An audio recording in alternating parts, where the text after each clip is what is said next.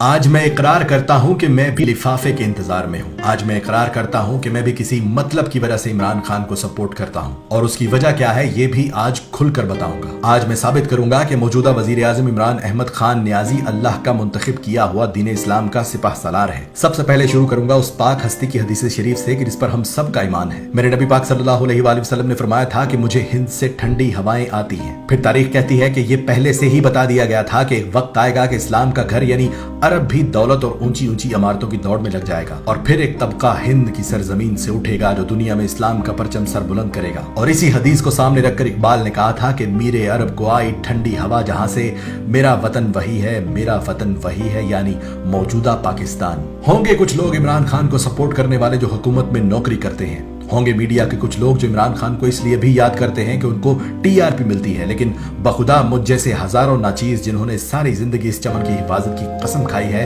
اپنا وقت، اپنی ریسرچ، اپنی جان اس شخص پر لٹانے کو تیار ہیں، وہ بھی مفت میں۔ کیوں؟ صرف اس لیے کہ تاریخ صرف پڑھنے کے لیے نہیں ہے، احادیث صرف احترام کرنے کے لیے نہیں ہے، بلکہ ان پر ایمان واجب ہے۔ میں عمران خان کا غلام نہ تھا اور نہ ہو سکتا ہوں، پر میں میرے نبی کریم صلی اللہ علیہ وآلہ وسلم کا غلام ہوں، ان کی حدیث کا غلام ہوں، اسلام کی تاریخ کا طالب علم ہوں اور شریعت کا تابع دار ہوں۔ اپنی ناقص سی عقل کے مطابق قرب قیامت کے آثار دیکھ رہا ہوں، عرب کو پیسے اور اونچی اونچی عمارتوں کی دوڑ میں لگے دیکھ رہا ہوں، اسلام مخالف پراپیگنڈا اور ساری دنیا کی کوششیں دیکھ کر میرا ایمان تازہ ہو چکا ہے کہ اب وقت آ گیا ہے کہ اس حدیث کے مطابق ہند سے کوئی نکلے گا۔ چلو ڈھونڈتے ہیں وہ کون ہے، نشانیاں دیکھتے ہیں۔ اگر اپنی بات کروں تو میں نے 2019 میں اقوام متحدہ میں اسلام کا ایک شعر دیکھا جس نے دھاڑتے ہوئے بلا خوف پوری دنیا کو بتایا کہ اللہ حق ہے، اللہ سچ ہے، دین صرف ایک ہے اور وہ دین محمدی ہے، لا الہ الا اللہ۔ اگر ہمیں تنگ کیا گیا تو ہم لڑیں گے۔ خدا گواہ ہے کہ اس دن میری آنکھوں میں آنسو صرف اس لیے تھے کہ یا اللہ تیرا شکر ہے کہ اپنی زندگی میں اسلام کا نعرہ پھر سے بلند ہوتا دیکھا۔ وہ دن ہے اور آج کا دن ہے۔ اس شخص نے اسلام کی وہ خدمات کی ہیں کہ بڑے بڑے علماء کرام بھی اسے مان گئے۔ ممبروں پر اس شخص کے حق میں دعائیں نکلیں اور میرے جیسے دین و وطن کے وفادار سر جھکائے ہاتھ باندھے اس شخص کے سپاہی بن کر کھڑے ہو گئے۔ آج سناتا ہوں اس نے اسلام کے لیے کیا کیا کیا ہے۔ سب سے پہلے دنیا کی چوٹی یعنی اقوام متحدہ میں سب کے سامنے کہا کہ ہمارے نبی پاک صلی اللہ علیہ وآلہ وسلم کی توہین مت کرو۔ جب آپ لوگ ان کی شان میں گستاخی کرتے ہو تو ہمارا خون کھولتا ہے اور پھر مسلمان آپے سے باہر ہوتا ہے۔ جس کے بعد دنیا نے دیکھا کہ عرب ممالک بھی جاگ اٹھے، روسی صدر پیوٹن نے بھی ہاں میں ہاں ملائی، چیچنیا کے مسلمان اش اش کر اٹھے، اردگان نے گلے سے لگایا، محمد بن سلمان چل کر پاکستان آیا، ملائیشیا، قطر، امارات، ایران، افغانستان، بنگلہ دیش، غرض ہر مسلمان ملک نے اس شخص کو خراج تحسین پیش کیا۔ اسی اسلامی جمہوریہ پاکستان میں قرآن مجید اور دیگر پاک کتابوں کے لیے امپورٹ کیے جانے والے پیپر تک پہ ٹیکس لگا ہوا تھا، جو ٹیکس اس عمران خان نے ختم کر دیا کہ دینی کتب ہر پاکستانی کم سے کم ہدیہ میں خرید سکے۔ سمندر پار سری لنکا میں وبا سے مرنے والوں کو جلا دیا جاتا تھا۔ وہاں کے مسلمانوں کی دہائی سن کر اس عمران خان نے سری لنکن حکمران کو اس بات پر قائل کیا کہ مسلمانوں کو اپنے پیاروں کو جنازے پڑھانے دو،